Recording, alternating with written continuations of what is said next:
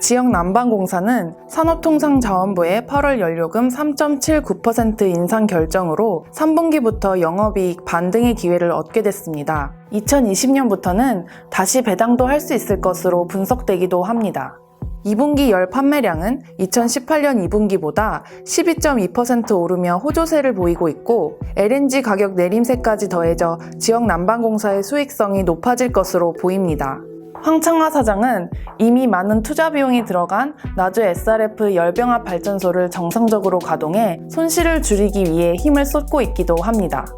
나주 발전소에 따르는 손실을 보전할 수 있도록 지역난방공사, 산업부, 지자체가 함께 방안을 찾기로 하면서 지역난방공사의 부담을 덜 수 있게 됐습니다.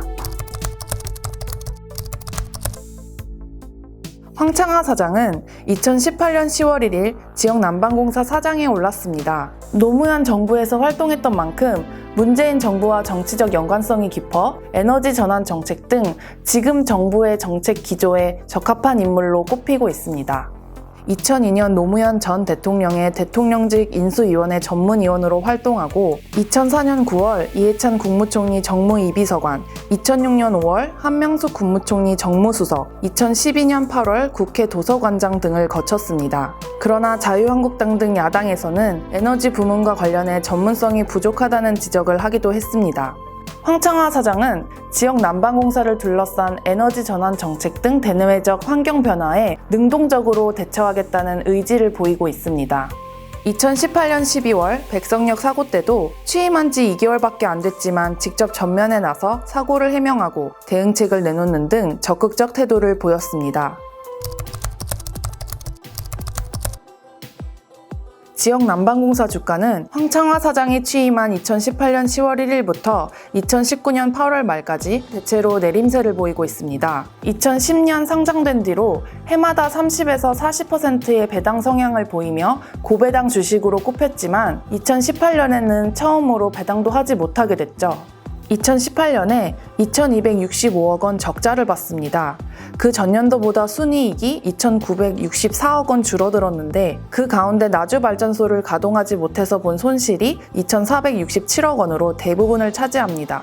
지역난방공사는 2017년 연료금 인하 이후로 2019년 상반기까지 원가와 비교해 연료금이 높아지지 않아 열사업 부문에서 영업이익이 부진하기도 했습니다. 특히 LNG 가격이 많이 올라 열 판매량 증가에도 불구하고 수익성이 줄어들었습니다. 연간 실적에서 중요한 지표인 1분기 열부문 영업이익이 2018년 1분기보다 65% 감소했습니다. 2016년에서 2019년까지 매년 절반씩 줄어드는 감소세를 나타냈습니다. 지역난방공사 주가는 1월 14일 55,200원까지 떨어졌다가 3월 14일 64,200원까지 올랐는데요. 민관협력 거버넌스에서 3월 26일 회의 때 주민 대표의 동의까지 얻어 나주 발전소를 가동할 가능성이 매우 커지던 때였습니다. 그러나 학부모들이 자녀 등교 거부 등 격렬하게 반대하자 주민 대표 측에서 합의를 번복했고 다시 나주 발전소 가동은 멀어졌습니다. 그러다 민관협력 거버넌스의 6월 27일 회의 때 최종 합의에 이르게 됩니다. 3개월 시험 가동을 하고 주민 수용성 조사의 결과에 따라 연료를 SRF에서 LNG로 바꿀 것을 조건으로 나주 발전소를 가동하기로 합니다. 이 당시 주가는 6월 11일까지 소폭 반등하다가 합의문이 나온 다음 날인 6월 28일 다시 하락했습니다. 연료를 LNG로 바꿨을 때 지역난방공사가 부담해야 할 비용이 문제가 됐습니다. 결국 7월 5일 이사회 결정으로 합의문을 보류하고 그 이유를 7월 17일 발표했습니다. 지역난방공사 이사들은 연료를 LNG로 바꿨을 때 손실 보전 방안이 민관협력 거버넌스의 합의서에 들어가 있어야 한다고 주장했습니다. 황창화 사장은 대화와 소통을 통해 문제를 해결하는 모습을 보이고 있습니다.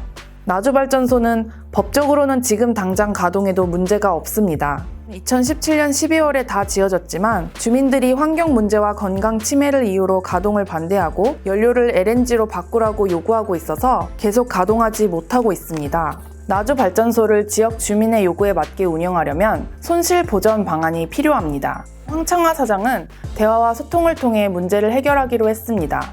꾸준한 설득을 통해 1월부터 지역난방공사 산업부, 지자체가 머리를 맞대고 지역 주민들과 함께 나주발전소 문제를 해결하기 위한 논의체인 민관협력 거버넌스의 출범을 이끌어내 손실보전 방안의 발판을 마련했습니다.